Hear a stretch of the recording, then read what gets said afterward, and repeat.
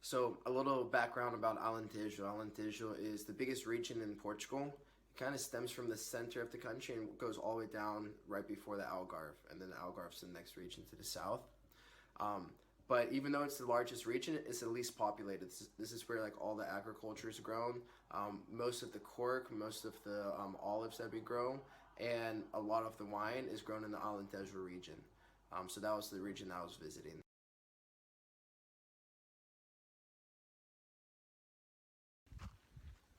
So here we are in Évora, which is a city in the region of Alentejo, which is where a lot of the cork trees are grown. So all these trees around here are cork trees. This is also where a big wine region in Portugal as well. So we're spending 2 days, one day in Évora and another one in Monsaraz, which is just right by Évora. Here are some historical or prehistoric monuments back in the Neolithic era. So it's like the Portuguese Stonehenge, you could say. So I don't know where they are now, but I need to be there.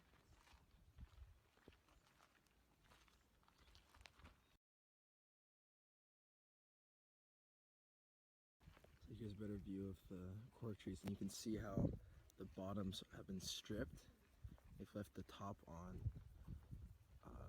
My guide said it's because it's just harder to harvest the cork at the top of the trees. And they also mark the trees with numbers. So you can see there's like a 1 up there.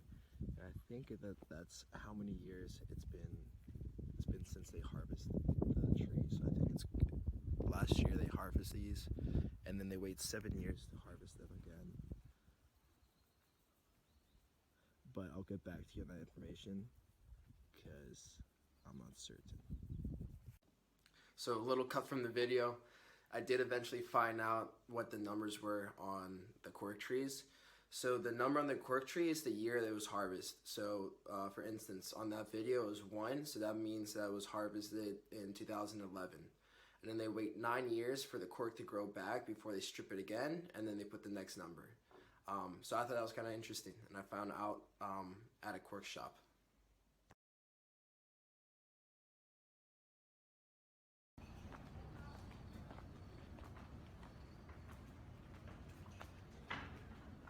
Says the word island.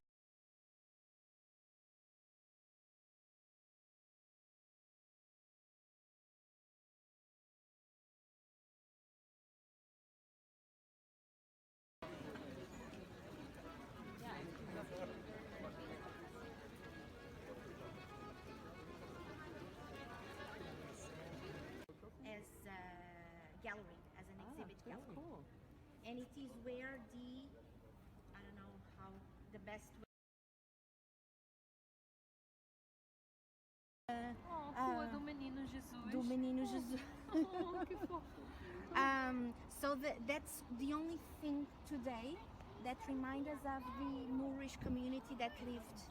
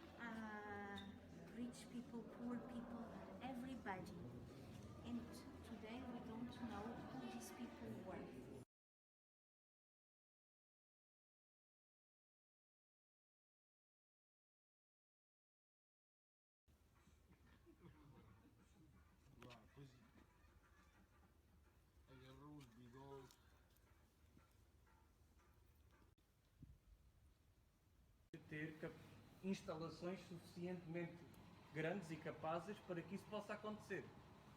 Portanto, atualmente a Herdade do Esperão tem 3 a 10. Just finished a nice wine tasting at the gorgeous courtyard. Through there you can kind of see the vineyard and the glasses that we had and the bottles that we drink. So the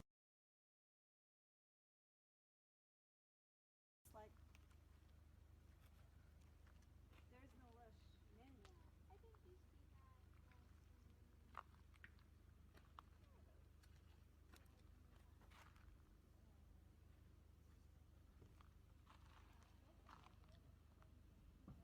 As you can see by the pictures of the meals, it's really heavily meat based in Alentejo. They eat a lot of pork, a lot of beef. Like, yes, I do eat vegan when I'm by myself. However, my two exceptions are if someone makes me food or if it's a traditional type of meal, which is nice because I get to support myself. I still like that stuff. Anyways, so we had like 3 meals, and since they're so meat based, like heavily meat based, like every single meal you leave feeling so stuffed and like sick. It's like, oh my god, I just ate so much. And basically, as soon as you get alleviated from that pain, it's like the next meal starts. But this next meal that I'm about to show you, like this was so much food, and like I almost had to throw up afterwards. But it was so good. And then we always have a little bit of room for dessert.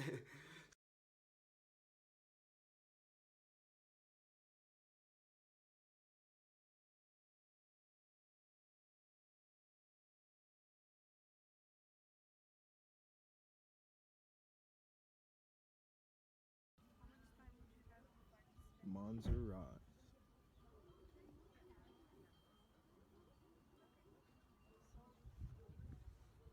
Back here at 6.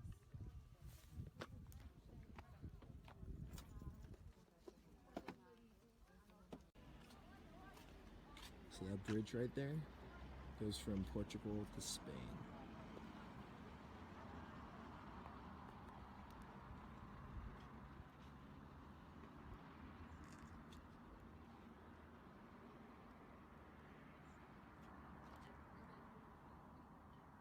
Yes. That is so nice.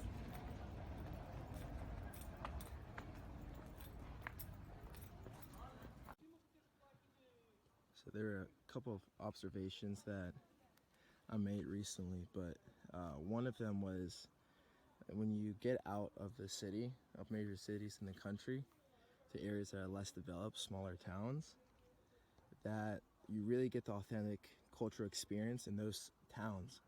Because since cities are developed, they're globalized and they lose their culture. It's a huge mixing pot. But when you go to places like this, the culture stayed relatively the same for like years and years and years. And you really meet like the authentic people, the authentic culture of the area. It's a cool feeling to be able to say that you live in Portugal. I'm just like looking at the view right over here. And you look at that land and you're like, that's Portugal. It ain't United States, it's Portugal. It's pretty cool. It's like familiar yet new and different. It's comforting.